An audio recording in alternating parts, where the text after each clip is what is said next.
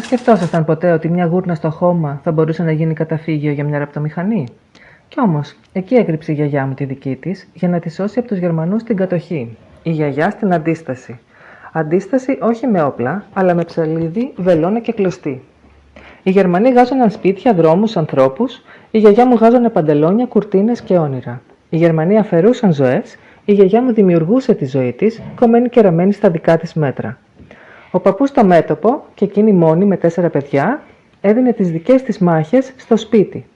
Έραβε τα ρούχα τους και μαζί και το στόμα της. Δεν παραπονέθηκε ποτέ. Όπως η σιδερένια μηχανή δεν λύγησε ποτέ κάτω από το χώμα, ποτέ δεν λύγησε και η σιδερένια θέληση της γιαγιάς μου. Η κόρη της δεν πήγε στο γυμνάσιο. Κορίτσι ήταν, τι να τα κάνει τα γράμματα.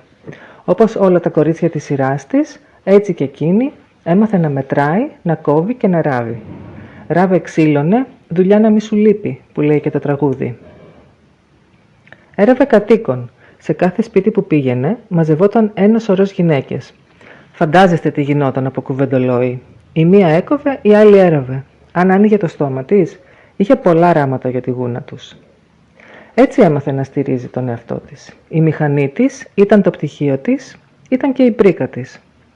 Και όταν ήρθε η ώρα της να παντρευτεί, έρεψε μόνη της το νηφικό της. Νηφικό DIY. Βλέπει, στο ράψιμό της ήταν και η περηφάνεια της. Κανείς δεν θα μπορούσε να το κάνει όπως εκείνη, γι' αυτό και το έρεψε μόνη της. Και μαζί με το νηφικό έρεψε και το ριζικό της. Κατάφερε να τα συνδυάσει όλα και διέπρεψε, και ως μοδίστρα και ως νοικοκυρά. Εμένα δεν με έμαθε κανείς να ράβω. Δεν χρειάστηκε. Είχα περάσει απίστευτες ώρες να βλέπω τις γυναίκες της οικογένειάς μου να χρησιμοποιούν τη ραπτομηχανή. Στην αρχή έπαιζα κρυφά μαζί της.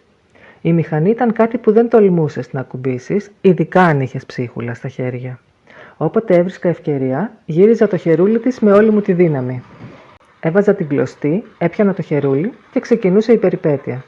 Αν και δεν ήξερα από πατρόν, ήξερα ότι μπορώ να φτιάξω ό,τι θέλω, αρκεί να το γαζώσω όπως θέλω. Δεν έκανα βέβαια και τίποτα σπουδαίο. Ρούχα για τις κούκλες μου έραβα. Όχι για να ζεσταθούν, για να είναι στιλάτες. Έφτιαχνα φούστες, τοπάκια, παναφόρια, ό,τι ήθελα να φορέσω όταν μεγαλώσω. Και τώρα που μεγάλωσα κατάλαβα κάτι. Η μηχανή δεν ήταν απλώς μια μηχανή. Ήταν γραμμή συνέχειας. Από τη γιαγιά στην κόρη, από τη μάνα στην εγγονή, από την Πινελόπη στην Κοκό Σανέλ. Ήταν γυναικείος διάλογος, όχι με λόγια, αλλά με γαζιά, χειραφέτηση με πουλιες. Και ξέρετε κάτι, είχαν δίκιο. Σίγα μην περίμεναν τον πρίγκιπα.